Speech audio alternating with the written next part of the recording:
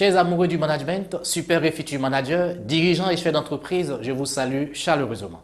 Je suis Maniga Sadia David, ingénieur commercial certifié en psychologie et management. Pour cette première vidéo, si vous me recevez, sachez que c'est un rêve d'enfant que je réalise ce jour. J'ai rêvé longtemps à donner vie à cette rubrique.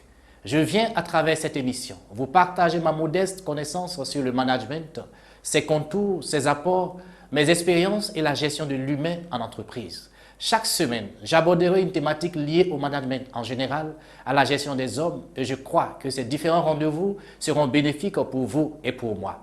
Alors réservez-moi cette plage horaire dans votre agenda et faisons cette aventure ensemble. Vous vous demandez certainement pourquoi le management? Pourquoi pas un autre domaine? Pourquoi pas une autre discipline? La réponse, elle est simple. Une entreprise, c'est d'abord la ressource humaine. À travers mes conseils, je vais vous aider à performer, à être de vrais meneurs d'hommes et à devenir de vrais motivateurs.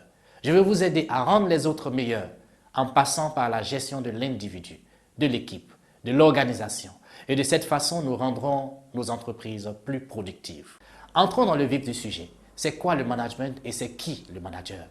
Le management est un thème qui nous vient de la langue anglaise, que l'Académie française a incluse dans la langue française.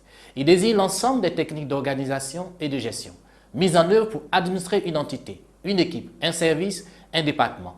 Le management, c'est l'art de conduire, de diriger, de motiver, de contrôler les membres d'une entreprise, d'une organisation ou d'une équipe en établissant des liens entre les différents acteurs du système dans un souci de cohérence et d'efficacité. Le manager, quant à lui, il est un acteur de l'organisation disposant d'un pouvoir formel obtenu par la voie hiérarchique, lui conférant une légitimité rationnelle légale au sein de la structure. Son pouvoir formel trouve son assise dans une délégation issue de la hiérarchie, auquel il s'agit de rendre compte et de défendre les intérêts. Un manager est donc désigné par sa hiérarchie. C'est un chef imposé à une équipe. Être un manager dans une entreprise est avant tout un statut. Le pouvoir du manager trouve son fondement dans l'organisation hiérarchique de l'entreprise. Certains parmi nous ont des prédispositions et d'autres pas. Mais la discipline nous enseigne qu'il faut apprendre à oser.